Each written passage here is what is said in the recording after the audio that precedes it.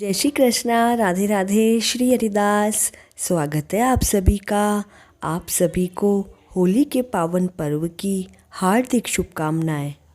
आज हम सभी होली के पावन त्यौहार पर भक्त प्रहलाद व होलिका की पौराणिक कथा का श्रवण करेंगे।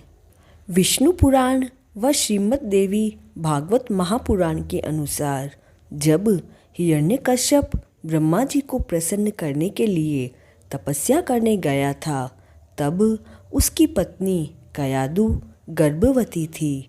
तब देवताओं के राजा इंद्र ने कयादु को उठा लिया था, क्योंकि इंद्र को यह भय था कि कयादु के गर्भ में अवश्य ही कोई दैत्य ही होगा, वह भी अपने पिता के समान शक्तिशाली होगा, तो इसके जन्म होने के पूर्व ही इसे मार दिया जाए।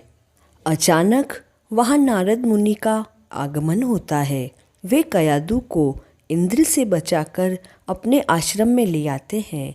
वह कयादु को भगवत नाम का उपदेश देते हैं।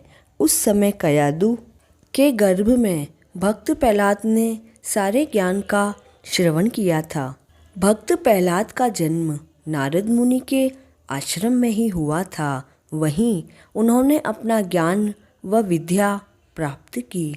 बचपन में ही 5-7 वर्ष की आयु में अपने घर भक्त प्रहलाद पुनः आए।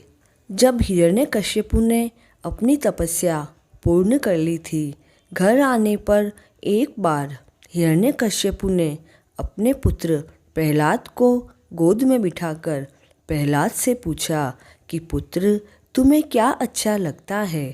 तब भक्त प्रहलाद बड़ी सरलता से कहते हैं कि मुझे तो जंगल में जाकर एकांत में भगवान विष्णु की भक्ति करना बहुत पसंद है। प्रहलाद के ऐसे वचन सुनते ही हिरण्यकश्यपु को बहुत क्रोध आ जाता है, क्योंकि हिरण्यकश्यपु का भाई हिरण्याक्ष था, जिसे भगवान विष्णु के अवतार वाराह ने मार दिया था।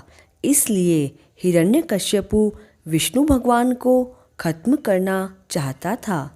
इसीलिए वह भक्त प्रहलाद पर क्रोधित होता है और फिर यह सोचता है कि अभी इसे शायद पता नहीं है। इसलिए उसने अपने गुरु के पुत्र संद और अर्मक को बुलाया और उनसे कहा कि प्रहलाद को साम, दाम, दंड, भेद से इसको शिक्षित किया जाए और उसे सही शिक्षा दी जाए। प्रहलाद को गुरुपुत्रों ने शिक्षा दी। प्रहलाद ने गुरुपुत्रों से व गुरु से शिक्षा भी ग्रहण की।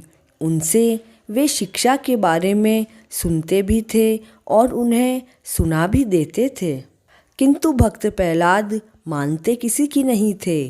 अंत में गुरुपुत्र भी हार गए। वे पुनः हिरण्यकश्यपु के पास गए और कहने लगे कि हमने सारा ज्ञान इनको दे दिया और इन्होंने समझ भी लिया है, किंतु यह मानते किसी की भी नहीं है। अब प्रहलाद को हम नहीं समझा सकते। इसका तो स्वभाव और संस्कार बिल्कुल ही अलग है। यह हरि का नाम जपते रहते हैं और कहते हैं कि हरि ही सर्वत्र व्याप्त है। तब हिरण्यकश्यपु बहुत क्रोधित होता है और कहता है कि अब प्रहलाद में सुधार नहीं हो सकता है, इसीलिए इसे मार दिया जाए। अब तो प्रहलाद को अलग अलग तरह से प्रताड़ित किया जाता है।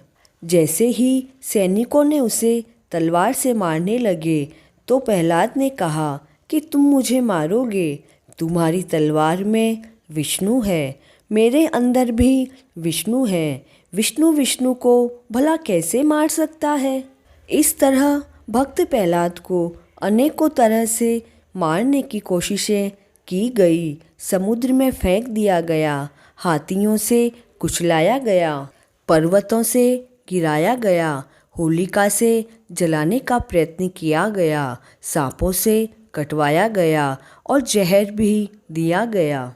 लेकिन भक्त प्रहलाद तो हर बार बच जाते, और बचते भी क्यों नहीं, क्योंकि उनके ऊपर भगवान विष्णु की कृपा व्याप्त थी। भक्त प्रहलाद हमेशा एक ही बात कहते कि भगवान तो हर जगह विद्यमान हैं। अंत में हिरण्यकश्यपु बहुत क्रोधित हो जाते हैं।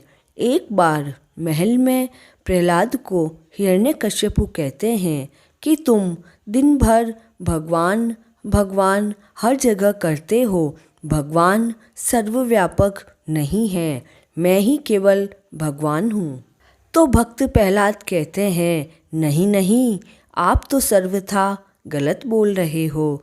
तब हिरण्यकश्यपु कहते हैं कि मुझे बताओ तुम्हारा भगवान कहाँ है। प्रहलाद कहते हैं कि वह तो सर्वत्र है। तब हिरण्यकश्यपु को बहुत अधिक क्रोध आता है और वह कहता है कि प्रहलाद, क्या मिथ्या वचन बोल रहे हो कि मेरा प्रभु सर्वत्र है। अगर तुम्हारा प्रभु सर्वत्र है तो इस खंबे में ही क्यों नहीं दिखाई दे रहा है। और ऐसा बोलते ही उसने अपने हाथ से खंबे को मारा। तभी भगवान नरसिंह प्रकट हो गए व उन्होंने हिरण्यकश्यपु का वध कर दिया। भगवान श्री हरि सर्वव्यापक है।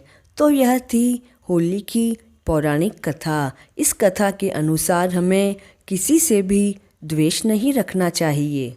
यही मूल व पौराणिक कारण है होली मनाने का। कथा पूर्ण हुई। जय श्री कृष्णा।